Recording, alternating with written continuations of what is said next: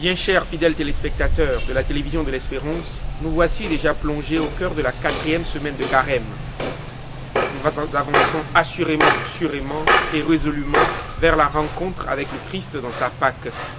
Aujourd'hui, lundi 16 mars, l'évangile à nous proposer est celui de Saint Jean au chapitre 4, versets 43 à 54. Écoutons. Jésus, après avoir passé 2 jours chez les Samaritains, partit pour la Galilée.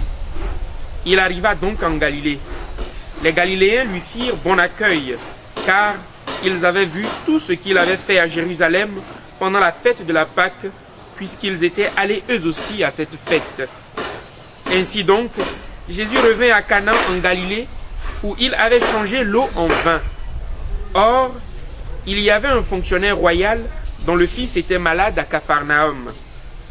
Ayant appris que Jésus arrivait de Judée en Galilée, il alla le trouver. Il lui demandait de descendre à Capharnaüm pour guérir son fils qui était mourant. Jésus lui dit: « Vous ne pouvez donc pas croire à moins d'avoir vu des signes et des prodiges ?» Le fonctionnaire royal lui dit: « Seigneur, descends avant que mon enfant ne meure. » Jésus lui répond: « Va, ton fils est vivant. » L'homme crut à la parole que Jésus lui avait dite, il partit. Pendant qu'il descendait, ses serviteurs arrivèrent à sa rencontre et lui dirent que son enfant était vivant. Il voulut savoir à quelle heure il s'était trouvé mieux. Ils lui dirent: « C'est hier, au début de l'après-midi, que la fièvre l'a quitté. » Le père se rendit compte que c'était justement à l'heure où Jésus lui avait dit: « Ton fils est vivant. » Alors, il crut avec tous les gens de sa maison. Tel est le second signe que Jésus accomplit lorsqu'il revint de Judée en Galilée.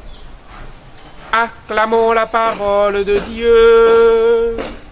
Louange à toi, Seigneur Jésus.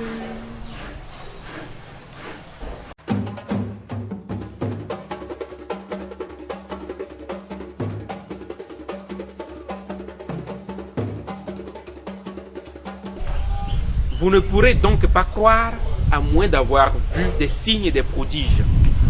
Cette tendance que nous fait remarquer Jésus ne semble pas seulement propre aux gens de son temps, au vu de notre temps. Elle est propre à tout homme. Voir, toucher, sentir sont des expériences que nous faisons dans le monde matériel et que nous voulons plus encore aujourd'hui et malheureusement reproduire dans le monde spirituel. Les églises dites du miracle, des prodiges, des actes de puissance qui drainent plus de gens aujourd'hui que jamais en sont la preuve. Cependant, le monde de la foi exige un tout autre degré du voir, du toucher, du sentir. Et c'est à cela que Jésus nous appelle. Si notre foi veut plus s'accrocher aux miracles, aux prodiges, aux actes de puissance, nous serons bien évidemment ballottés et escroqués par les magiciens de notre temps.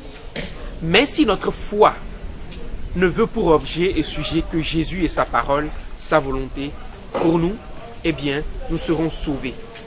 Allons à Dieu, non pour des miracles, mais faisons nous-mêmes des miracles d'aller à Dieu pour ce qu'il est. Les miracles qu'il opère ordinairement dans nos vies sont source inépuisable de foi si nous ouvrons les yeux. Marie, obtiens-nous la grâce de la foi. Amen.